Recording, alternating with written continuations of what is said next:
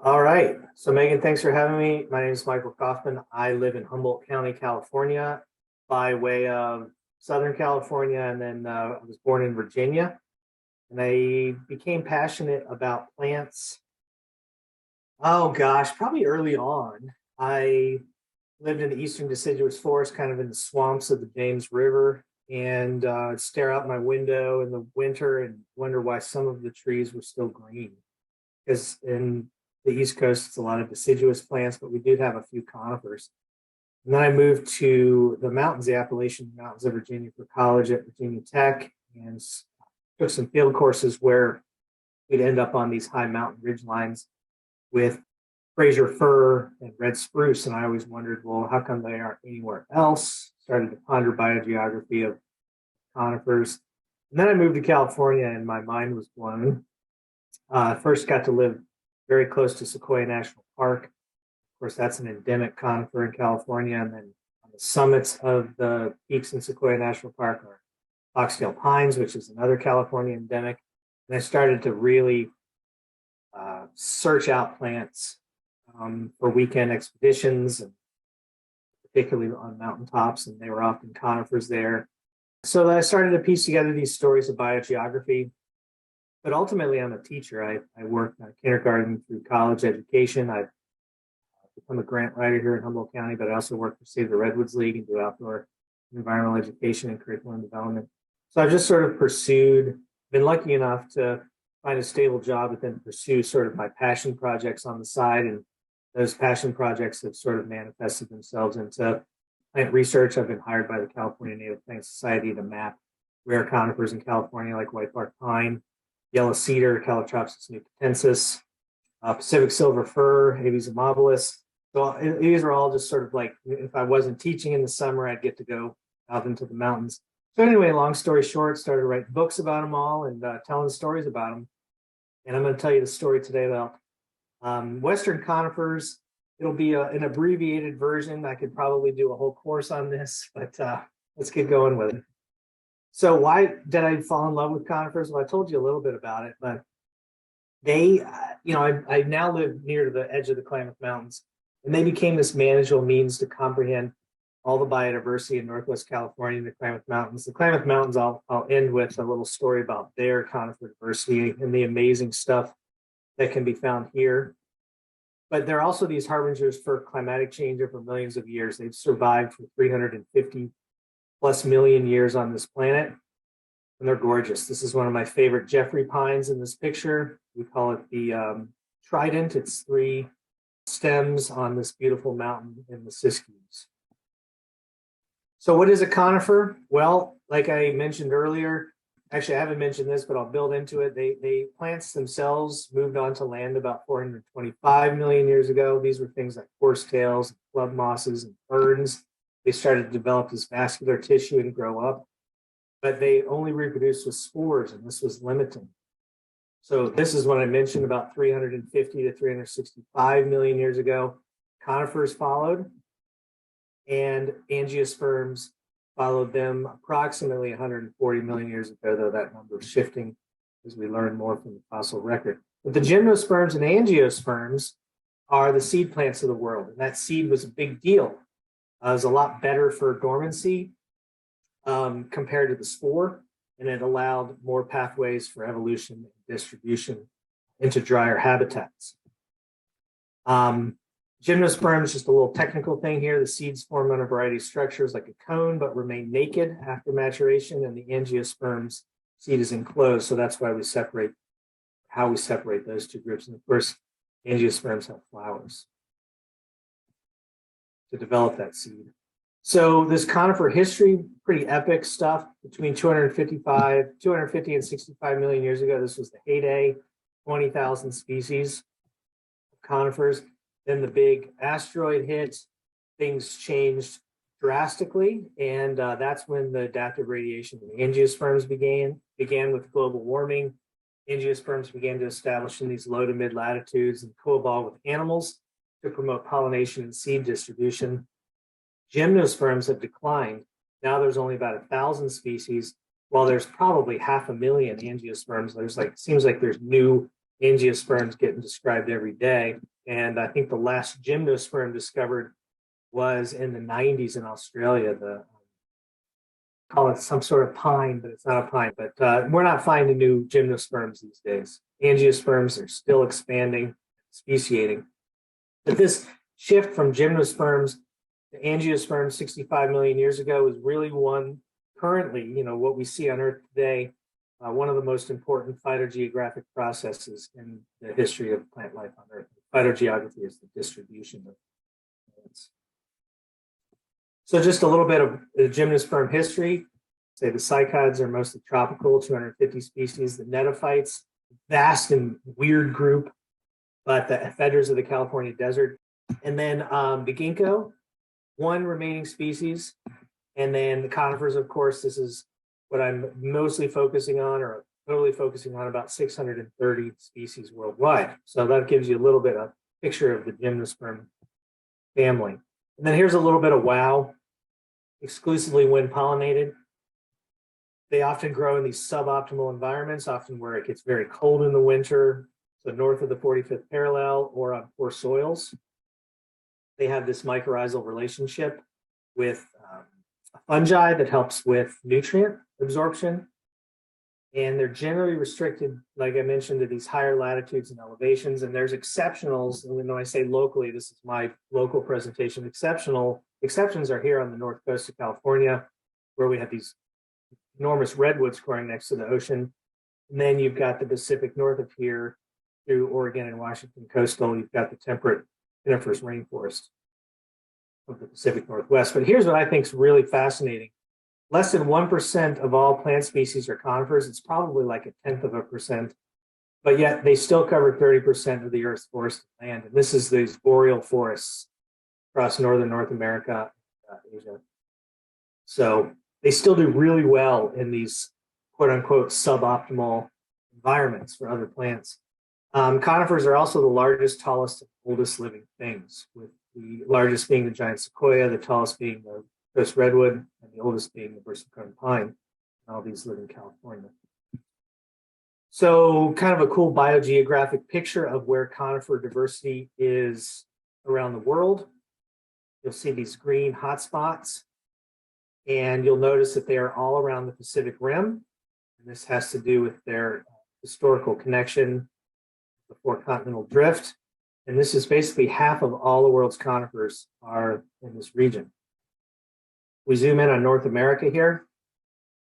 10% of the world's conifers are in California, Oregon, and Washington. And this would also include Nevada and Idaho, but I wrote a book about the conifers of the Pacific Slope. But these same conifers that are in California, Oregon, and Washington also extend, at least some of them extend into Idaho and Nevada. And then if we zoom in on the Klamath Mountains, this is 5% of the world's conifers just here in Northwest California. So pretty cool place to be to learn about these trees. This is an image I adapted from Griffin and Critchfield, who did a lot of work with tree distribution. And you can kind of see this pine hotspot belt between San Diego and Seattle. So this is just again representing that we're kind of in this sweet spot for conifer diversity, because within the pines, we actually have these subtropical species that overlap here with more boreal species further north. And then we also have some endemism that occurs within the California forested province. So cool stuff, biogeography. And I'm just going to end with a discussion about my favorite temperate conifer forest, and this is the Klamath Mountains of Northwest California and Southwest Oregon. And the Klamath Mountains, I wrote a whole book about their conifers because it's basically the most diverse temperate coniferous forest on Earth. So here's the Klamath Mountain region, and here's the Oregon-California border. And this is defined by geology. This is an ancient geology. A lot of the rock here was formed under the ocean surface millions of years ago, and it's been accreted onto the continent. And that creates this mix mash of rock types, this jumble of mountain ranges. They call it the Klamath Knot because you can see how these rivers are just twisted and turning through this crazy geology. The Klamath River actually cuts through the mountains. They call that a water gap. That's really unusual to have a river cut through a mountain range, but it attests to how old the Klamath River is, but also when the Klamath Mountains were uplifting, that river continued to move and cut through the range. So why is there so much diversity here? Well, it has the central location and continuity with other mountains along the Pacific slope. And it's a mix of 5 biotic regions, including the Cascades, the Coast Range, the Great Basin, of course, which is a desert, the Central Valley, and the Sierra Nevada. And all these plants have come together here over long periods of time and mixed and mashed and survived. And some have gone extinct, but most have survived. Hence the diversity here. We also have this complex soil. This is that serpentine, that ultramafic that was formed under the ocean, old volcanoes that has then been flipped onto the planet. And this stuff is really harsh. It's heavy and high in certain heavy metals and low in nutrients. And this has led to, again, this suboptimal condition where conifers and then other highly adaptive angiosperms have been able to survive. We also have this complex climate where we're at the southern tip of the rainforest, the Pacific Northwest, but we also have sort of these high elevation bands. These mountains get up to 8,000 and 9,000 feet, and due to the orographic effect, they'll suck that extra moisture out of the winter storms. And then we also don't really have rain in the summer because we're in this Mediterranean type climate. So there's all sorts of strange conditions that come together to create this high diversity here in Northwest California. And this is a little schematic that kind of shows how that diversity is distributed from Crescent City on the coast to Redding, which is basically in the Central Valley. So right here where I live on the coast, we have the southern range extension of things like Western Hemlock, Western Red Cedar, and Sitka Spruce. We also have the northern range extension of redwoods. Then as you get up into the Siskiyou Mountains, so in this coastal forest belt right in here, we have an endemic conifer called the Port Orford cedar. Then on the highest peaks of the Siskiyous is the southern range extension of the yellow cedar, Alaska cedar, Calotropsis nupensis. And then as you get into that rain shadow, pines start to become a lot more common. We have an endemic pine in the Klamath that I mentioned earlier, the foxtail pine. We also have a very limited distribution of whitebark pine. It's believed that a lot of these whitebarks arrived since the end of the Pleistocene, just in the last 10 or 12,000 years, thanks to the distribution strategies of the Clark's nutcracker. And then Brewer spruce is our endemic spruce, and that kind of sits right in the center of the range at these highest peaks. And then as you move across, things dry out, and in the eastern edge of the range is pines. And then, of course, Mount Shasta is not part of the Klamath Mountains, but it just gives you a perspective. Just outside of the Klamath Mountain is the Cascade Range, and shows how high the Cascades can get here in California. So kind of fascinating schematic of that distribution. Here's a picture of one of the most, this is actually called the Miracle Mile. This is the world hotspot for temperate conifer diversity. Within this square mile here in the Russian wilderness, there are 18 species of conifers. And here are those 18 species. You can see the foxtail, the whitebark, the western white, the Jeffrey ponderosa, lodgepole sugar pines, and then we have the white fir, Shasta fir, and subalpine fir. Shasta fir is an interesting, it's probably a hybrid between the California red fir, Abies magnifica, and the noble fir, which is Abies procera of the Pacific Northwest. And then Engelmann spruce and Brewer spruce, Mountain hemlock, Douglas fir, Pacific yew, incense cedar, common juniper, and western juniper. So only a few members of Cupressaceae in the Miracle Mile, these three up here, and then one Taxaceae and the rest are Pinaceae. And here is kind of where the Miracle Mile is, and why this diversity here? Well, it's at this eastern rain shadow that crosses that border into the more xeric Great Basin. So we kind of have this influence from the coast. We have this influence from the deserts of the Great Basin, and that creates this mixed mash of diversity. We also have this high elevation, and it's a lot of granites. So because of these granites that were glaciated, there are these spatially restricted microsites where foxtail pines can still survive. Fire might move through but not wipe out entire populations because of these big sheets of granite. The forest isn't as contiguous. So pretty fascinating. All right, well, I'm going to end with that. Megan may have a few questions for me, but if you want to learn more, you can Google me, michaelkauffman.net. I have a bunch of resources on my website. I also, if you're into hiking, I have to make a pitch for my Bigfoot Trail. This is a 360-mile route through the Klamath Mountains that celebrates the conifer diversity. You can see 32 species of conifers. I hiked the Continental Divide Trail through Montana, south into New Mexico, and there are 25 species of conifers in 3,000 miles. See 32 and 360. And then lastly, here are the books that I've published. The two on the left are my conifer books. Conifers of the Pacific Slope. I have all the conifers in Idaho. Conifer country is my focus on the Klamath Mountains. And then I've expanded my love to other plants in the California desert and manzanitas as well, because often when you find conifers in California, there's a manzanita growing underneath it. And I know in Idaho, you can see greenleaf manzanita, but there's not quite the diversity of manzanitas as there are in California. And then my newest book, it's a whole natural history of the Klamath Mountains, which I co-edited with my friend Justin. Megan, if you have any other questions, I'd love to chat for a few more minutes. Thank you so much. That was awesome. What I really liked was you're really bringing together a lot of the ideas that my students will have already learned. And so when you bring them up, they're going to be like, oh yeah, okay, I get that. You showed a slide that showed the distribution of conifers latitudinally. Basically what this figure is showing is that the pines specifically are more likely to be distributed between 25 and 50 degrees north. Right.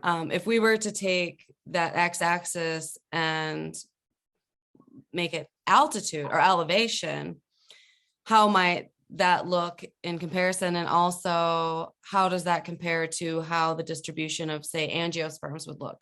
Yeah.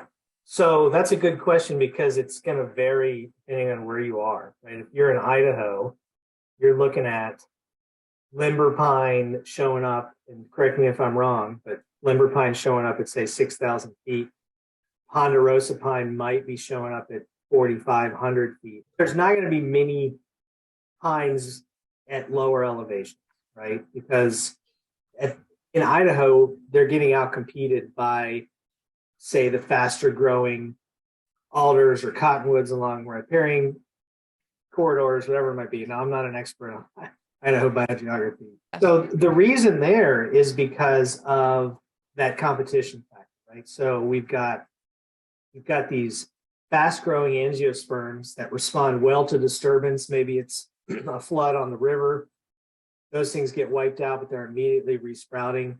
And then as you move higher, you hit that snow belt, right, where snow becomes frequent in the winter, and that begins to limit the success of the angiosperm based solely, in most cases, on the leaf. Now, obviously, there's some angiosperms that can get up higher in elevation, but that conifer needle has that unique ability to, persist, right? They often invest years in the nutrients to build that leaf. The longest known conifer needle is the Pacific silver fir, and they believe they're 70 years old. Some of them, they're still maintaining that photosynthesis that's positive.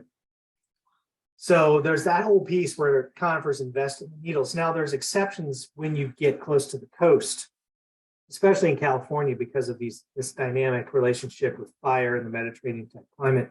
We have this Pinus contorta, subspecies contorta, that's called the beach pine or the shore pine, that grows right down next to the ocean and sand dunes.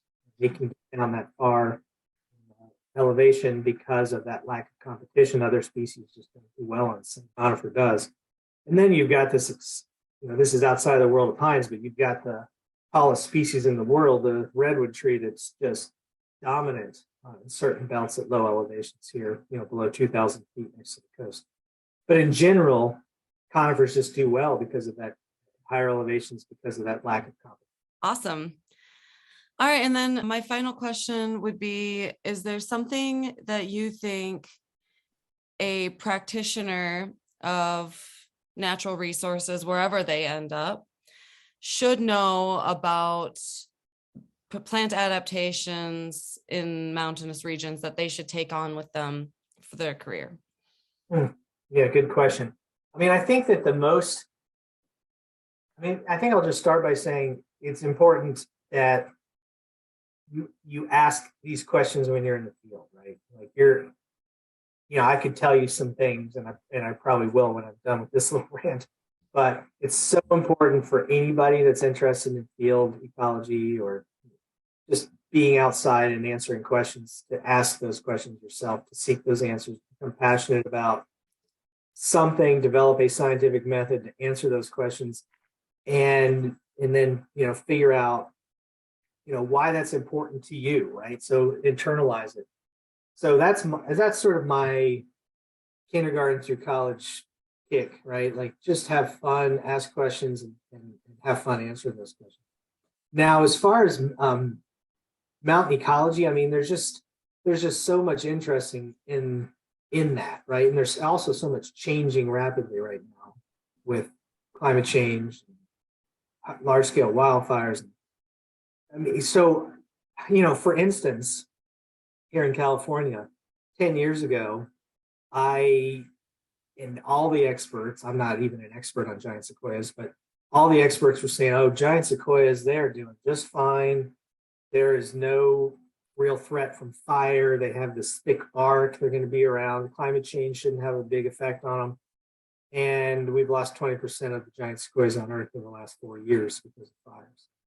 So there's all these things that we think we know as experts, and we don't know. So we have to be dynamic in our interpretations of things. And I think with the mountains, I think that's the key is you think you find an answer, but then you have to keep checking that answer because things are changing so